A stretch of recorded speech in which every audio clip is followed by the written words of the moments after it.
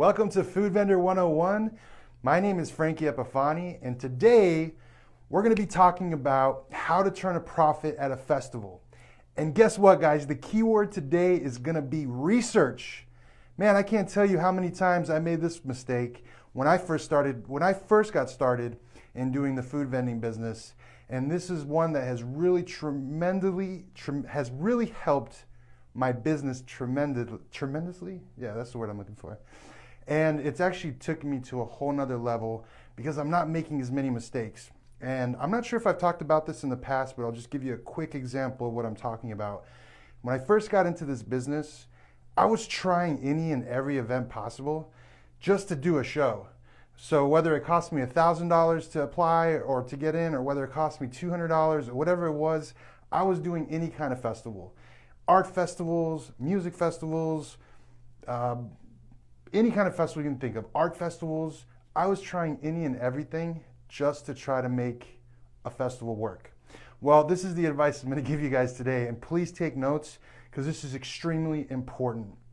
You guys should always do your research prior to applying for a festival. Okay? And what I mean by that is there's a few elements to that. So let me start off with the first one. The first thing you should do is you should try to contact the promoter. Talk to the promoter. Ask them these few key questions that would really give you a better idea of how the festival is. So some questions that you could ask a promoter is, what is your attendance? Which is, always a good question, but I say be a little weary of exactly what numbers they're throwing out there until you're able to do all your other research. But take that number, let's say it's 20,000, and write that down. Another good question to ask the promoter is, what kind of demographics are you guys attracting to your festival? As time goes on, you'll be able to do this more easily, just knowing the demographic, finding out the demographics by knowing the area, the type of festival, and different things like that. But you're going to want to ask them, what kind of clientele you're bringing in. Is it families? Is it, young kids, older, more mature crowd? I mean, just kind of fill them out on that sense and see, because this is kind of going to tell you what kind of menu would actually make sense at a festival like that. Another really good thing to do, which me and my wife love to do, is actually going to a festival and checking it out before you even apply or do anything. So if there's a couple of, let's say you pick 5 festivals near you that you would, think that you'd want to sell food at. Okay? Pick those 5, attend them, go there, check them out, and when you get there, look at things like this. See what kind of food they're selling. Okay? So you're going to want to see the different menus that people are selling there. You're going to want to walk around and see if there's more than one food court, because that's kind of important.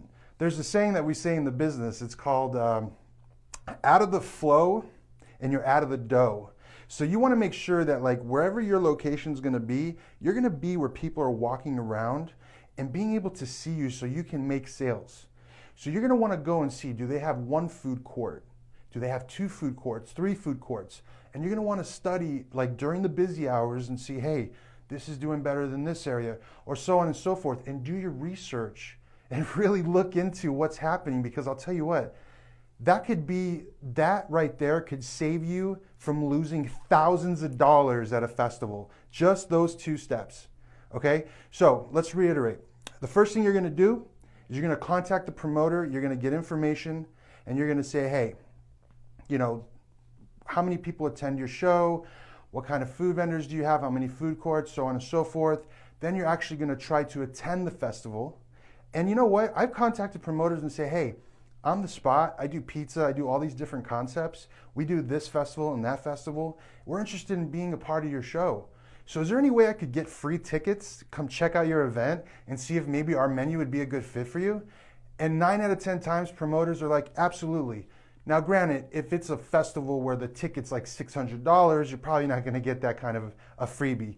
But if it's a festival where it's $20 or $10 and sometimes even $50 to get in, they'd be more than happy to give you some tickets so you can enjoy the experience and see if it's something you'd really want to do. Now, another thing to keep in mind is there are ways to find festivals and do your research online. There's magazines, there's online websites, and all these different types of information that you're able to get.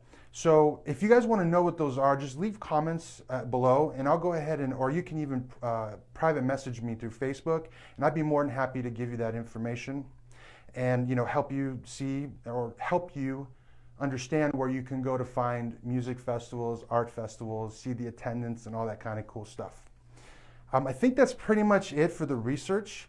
I mean, oh, there's one more thing, menu.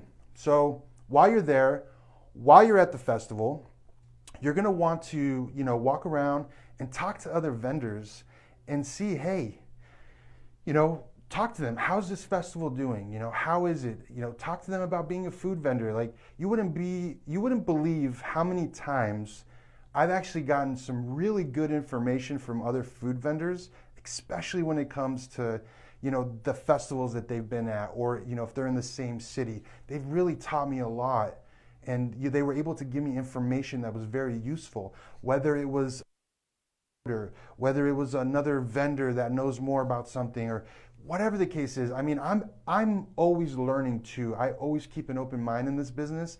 I don't know everything. And the minute you think you do is the minute you're in trouble. So you always keep an open mind, get connected with your you know, vendors or your peers that are vendors, make friends, and then look around at the menus and see what kind of a menu can I do here that's different, because you don't want to duplicate, okay? Because duplicating is, number one, when people duplicate food menu, and sometimes the promoters, it's not that they don't care, but they feel like maybe they can do duplicate menus because there's enough of a crowd, but they don't really see the numbers that we do. So you're gonna wanna make sure that you're not doing barbecue if there's already a barbecue vendor, or you don't wanna make sure that, you wanna make sure you're not doing pizza or corn dog. You don't wanna do a duplicate menu. It's okay sometimes if there's maybe 2 food courts, but that's a whole nother lesson we'll talk about another time. But anyway, so just know that you want to look at the menu, make sure that it's something that will be good for that show, will make sense, that nobody else is doing, so you can go in there and kill it, slay it, make money, okay? So that's one thing you got to think about. And one more thing I want to just put out there, which I'll talk about this later, the only time to duplicate a menu is if you're at a barbecue festival, obviously, where there's a $10,000 prize for the best barbecue, and of course there's gonna be like 20 barbecue vendors or 50 barbecue vendors. That is a good, or a pizza festival or a taco festival. That's when obviously you duplicate a menu. So that being said, I hope you guys enjoyed this lesson. I am having a lot of fun doing this, guys. I really, really appreciate it. I've been getting some really good feedback from people messaging me and just giving me some ideas and throwing things around. And you guys don't understand, it's because of you that I'm here. And so the more and more you do that, the more you help me help you. And so I just want you guys to know that I really, really appreciate it. I'm really grateful for this opportunity. And my name, once again, Frankie Epifani. This is Food Vendor 101. Every Tuesday at 6 p.m. We are here live on Facebook. And we will be here next week talking about